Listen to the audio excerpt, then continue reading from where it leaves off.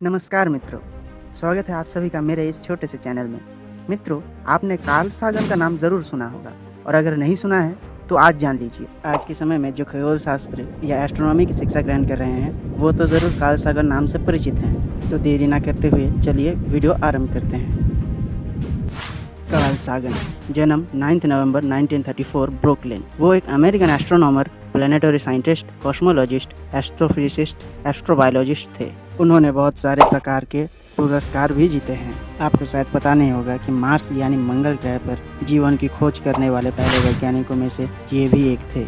उन्हें पहले से ही संदेह होता था कि हम क्या इस ब्रह्मांड में अकेले रहते हैं, इंसानों के अलावा इस ब्रह्मांड में और कोई नहीं है। और ये बात उन्होंने कई बार उस समय के डिप्टी डायरेक्टर नासा के स्कॉट हावर्ड के सामने भी कहा। उनके नेतृत्व में उन्होंने बहुत सारे सैटेलाइट बनाया और उन्हें चंद्रमा, मंगल ग्रह इन सब पर भेजा। सन 1977 में उन्होंने 2 और सैटेलाइट बनाया और अंतरिक्ष पर भेजा, जिनका नाम था वॉयेजर 1 और वॉयेजर 2। और ये 2 सैटेलाइट कुछ सालों बाद सूर्यमंडल के पार पहुंच गया। ये तो मैंने उनके जीवन का कुछ हिस्सा ही बताया, अगर मैं पूरा बताने लगूँ तो बहुत समय जाएगा।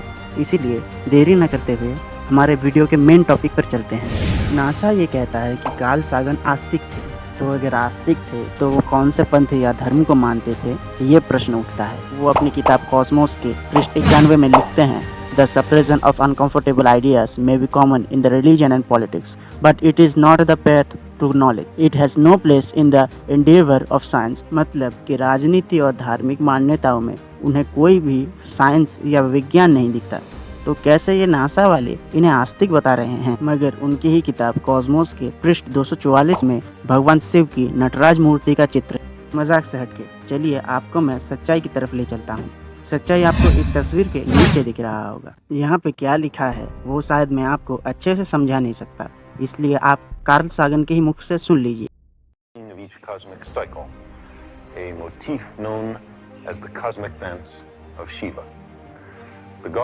has 4 hands.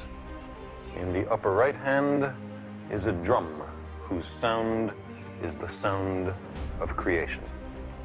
In the upper left hand is a tongue of flame, a reminder that the universe, now newly created, will billions of years from now be utterly destroyed. Creation, destruction.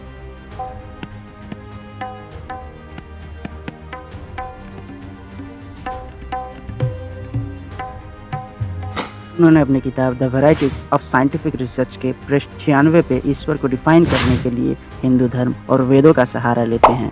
उन्होंने भारत के प्राचीन गणित की तारीफ करते हुए billions and Williams किताब के पृष्ठ 9 पे उन्होंने लिखा, ancient Persians and Indians were brilliant pathfinders in mathematics and understood the enormous numbers that result when you keep on doubling.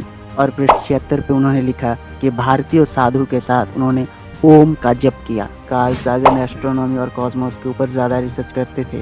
उन्होंने अपनी किताब कॉस्मोस के पृष्ठ 298 में लिखते हैं, it is the only religion in which the time scales correspond no doubt by accident to those of modern scientific cosmology. It is cycles run from our ordinary day and night to a day and night of Brahma 8.64 billions years long. मतलब कि हिंदू धर्म एक ऐसा धर्म है जो modern cosmology को अच्छे से वर्णित कर सकता है। आधुनिक विज्ञान में 8.64 बिलियन साल पूरे ब्रह्मांड की आयु है और ये समय ब्रह्मा जी के एक दिन और एक रात के समय से बिल्कुल मिलता है। तो जो हिंदू थोड़ा सा पढ़ लिख कर बोलते हैं कि I don't believe in God, तो असलियत में ना ही आपने ठीक से विज्ञान पढ़ा है, ना ही आपने ठीक से वेद उपनिषद पढ़ा है। इसी किताब के पृष्ठ 261 पे वो कहते हैं, this is the only religious idea I know that suppresses the endless number of infinity old cycling universes in Hindu cosmology.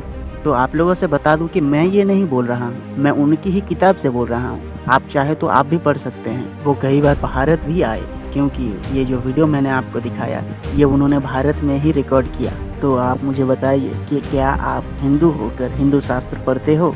क्या आपने कभी सोचा है कि सनातन धर्म में पैदा होकर आप क्यों सनातन धर्म से दूर जा रहे हो?